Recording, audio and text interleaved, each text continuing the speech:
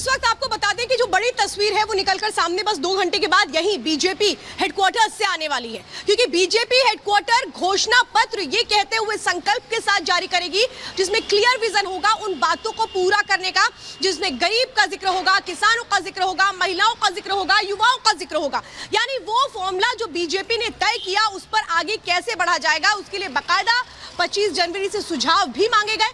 15 लाख सुझाव आए थे जिनको कंसीडर किया गया, यानी ध्यान में रखते हुए वो संकल्प पत्र तैयार किया गया, क्योंकि बीजेपी घोषणा पत्र नहीं कहती है, बीजेपी कहती है ये हमारा संकल्प पत्र है जिसको हम पूरा करेंगे, पूरा किया है और पूरा करते आएंगे। और इसीलिए देखना ये अहम होगा कि उस संकल्प पत्र के जरिए बीजेपी जो विजन डॉक्यूमेंट रखने जा रही है वो क्या कुछ है, क्योंकि बहुत अहम है। क्योंकि प्रधानमंत्री नरेंद्र मोदी साफ तौर पर कहते हैं कि जब जातियों का जिक्र करते हैं तो कहते हैं उनके लिए 4 जातियां मुख्य हैं, जिसमें महिला है, किसान है, युवा है और अल्पसंख्यक है। अब सवाल यह है कि इन लोगों को किस तरीके से इस मैनिफेस्टो के जरिए जोड़ा जाएगा। विकसित भारत की परिकल्पना हमें देखने को मिल सकती है इस मैनिफेस्टो में, तो सांस्कृतिक राष्ट्रवाद की झलक भी हमें इसमें देखने को मिल सकती है, क्योंकि राम मंदिर प्राण प्रतिष्ठा के पूरे होने के साथ सांस्कृतिक राष्ट्रवाद की जो एक उम्मीद लेकर के बीजेपी चलती है वो पूरी की गई है। अब इसी कड़ी में अगला कदम क्या होता है ये देखना बहुत अहम होगा। और आप देख रहे हैं सिक्योरिटी जो है वो यहाँ पर इस वक्त जो सिक्योरिटी के लोग हैं उन्होंने आना शुरू कर दिया है। और ये तस्वीरें इस वक्त बीजेपी हेडक्वार्टर की हैं। सुबह का वक्त है, लेकिन सुबह के साथ साथ वो नए सवेरे की जो बात करती है बीजेपी, जिसमें वो कहती है कि सबका साथ सबका विकास होगा, उस सबका साथ सबका विकास कैसे आज उसी संकल्प पत्र में एक बार फिर से देखने को मिलेगा, ये देखना अहम होगा। क्योंकि सुबह सुबह का वक्त है, घोषणा पत्र जब जारी किया जाएगा और इसी के साथ प्रधानमंत्री नरेंद्र मोदी अपनी रैलियों के लिए बिल्कुल। और आज सुबह का वक्त क्या नया उजाला लेकर आता है ये भी देखना होगा। श्वेता, गणेश भी हमारे साथ जुड़ चुके हैं। गणेश, 27 सदस्यों की एक कमेटी बनाई गई थी और इस कमेटी ने घोषणा पत्र बनाया है, और जैसा कि पीएम नरेंद्र मोदी ने भी पूरे घोषणा पत्र को एनालिसिस किया था, लेकिन ये घोषणा पत्र 2019 के घोषणा पत्र से कितना अलग होने वाला है ये फिलहाल सभी के मन में सवाल है। देखिए, जिस तरीके से हम जिसे घोषणा पत्र कह रहे हैं, बीजेपी उसे अपना संकल्प पत्र कहती है। 27 सदस्यों की कमेटी बनाई गई जिसमें राजनाथ सिंह अध्यक्ष होते हैं, बीजेपी के वरिष्ठ नेताओं में से एक है मौजूदा समय में।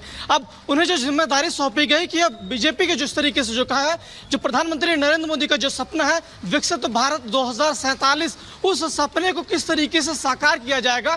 इस जो संकल्प पत्र में बीजेपी का भी कुछ देर बाद जो बीजेपी मुख्यालय में जहां हम लोग मौजूद हैं वहां से जारी होगा। उस संकल्प पत्र में उसकी भी हमें झलक देखने को मिलेगी कि प्रधानमंत्री किस तरीके से कह रहे हैं कि 2047 में भारत विकसित होगा। उसको लेकर अभी से किस तरीके से बीजेपी दर एक कदम एक आगे बढ़ाती चलेगी। जो इस बजट में जिस तरीके अगर जो संकल्प पत्र होगा इसमें हमें देखने को मिल सकता है कि ज्ञान जो प्रधानमंत्री लगातार ज्ञान की बात कर रहे, गरीब हो, अन्नदाता हो, महिला हो या हर एक वर्ग को लेकर लगातार जो बात कर रहे हैं उसमें यहाँ पर अलग देखने को मिलेगा।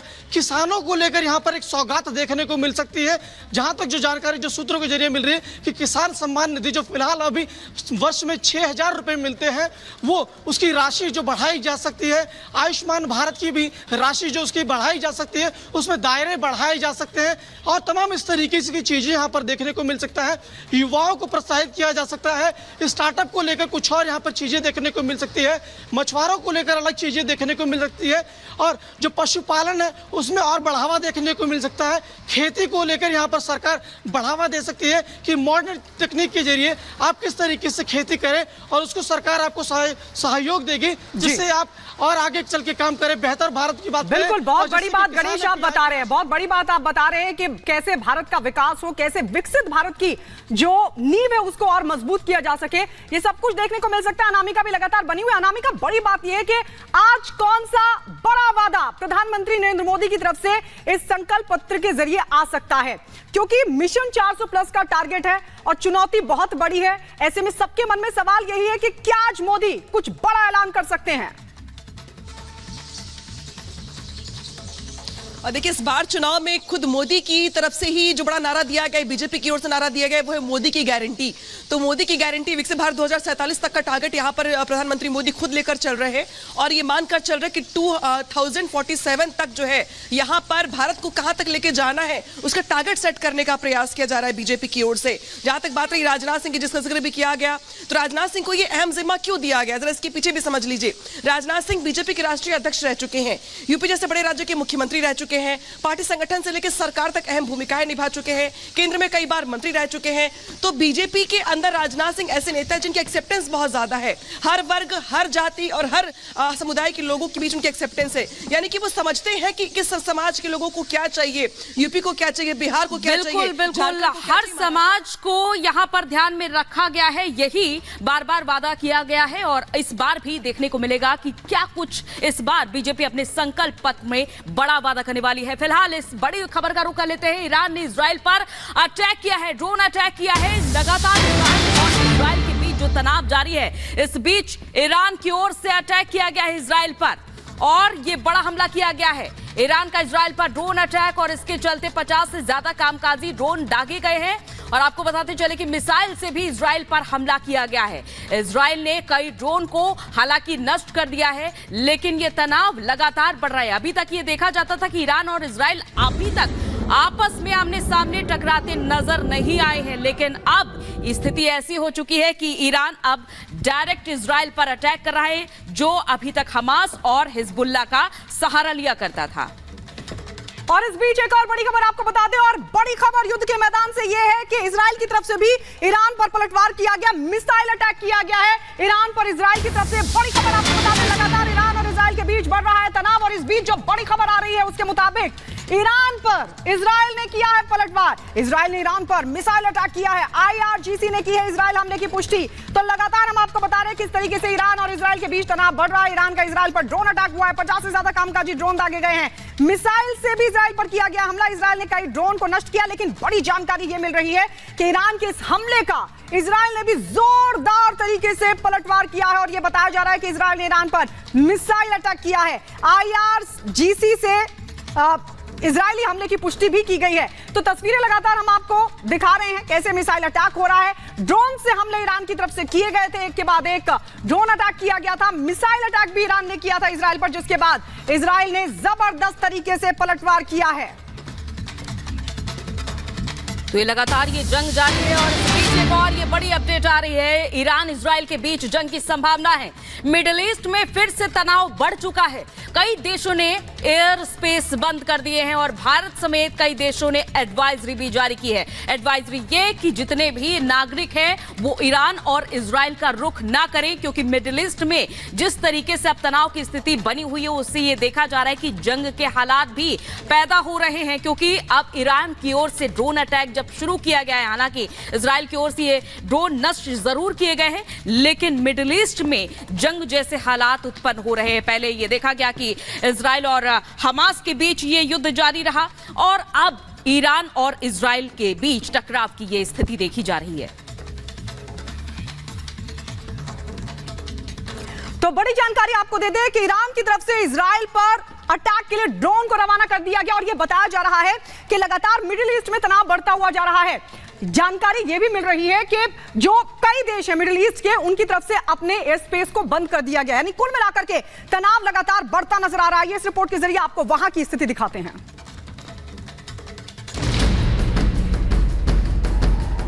एक तरफ इजराइल हमास के साथ जंग लड़ रहा है, तो अब ईरान के ड्रोन अटैक के बाद इजराइल और ईरान में युद्ध संभव माना जा रहा है।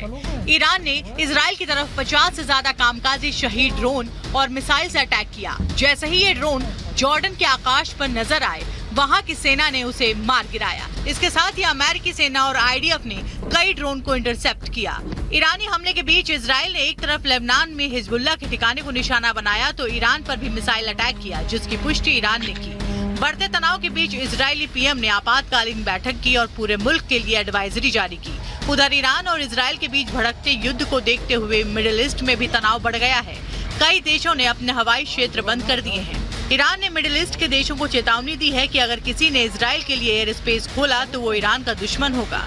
अमेरिका के राष्ट्रपति जो बाइडेन ने इजराइल की सुरक्षा के लिए प्रतिबद्धता दिखाई है। Bureau report, Republic Bharat.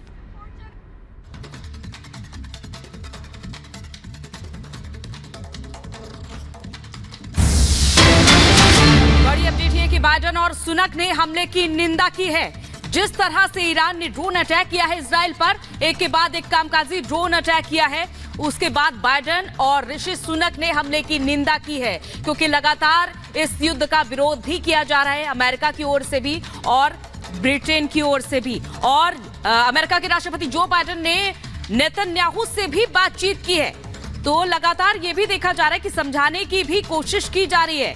इस बीच विरोध भी किया जा रहा है कि ये जो युद्ध की स्थिति है ये किसी तरह से शांत हो जाए, क्योंकि अगर ये युद्ध बढ़ा तो मिडिल ईस्ट में जंग जैसे हालात होंगे और कई देशों के बीच गायत्री टकराव की स्थिति देखने को मिल सकती है। बिल्कुल, और कल ही अंजलि ये बड़ी खबर आई थी, ये बताया जा रहा था कि मिडिल ईस्ट में जिस तरीके से तनाव बढ़ रहा है उस सब के बीच यूएस की तरफ से वॉरशिप उसको रवाना किया गया। इसके अलावा मिलिट्री एयरक्राफ्ट रवाना कर दिए गए हैं, फोर्सेस को भी रवाना किया गया है। लेकिन ये बड़ी जानकारी आपको बता दें कि बाइडेन और ऋषि सुनक ने हमले की निंदा की है। ईरान ने अटैक किया, जबरदस्त तरीके से ड्रोन अटैक किया, ड्रोन को रवाना भी कर दिया गया है ताकि और हमलों को अंजाम दिया जा सके। इसके अलावा मिसाइल अटैक किया जा रहा है, लेकिन इजराइल भी पलटवार कर रहा है। इस सब के बीच यूएस की तरफ से हमले की निंदा की गई है। बाइडेन और ऋषि सुनक ने भी हमले की निंदा की है। तो ये दो देश अब इजराइल के समर्थन में लगातार बने हुए हैं और ये सीधी चेतावनी यूएस की तरफ से भी दी गई थी कि अगर ईरान हमले करता है तो अंजाम भुगतना होगा। और ये सीधी तस्वीरें हम आपको फिलहाल दिखा दे रहे हैं, हमले की तस्वीरें।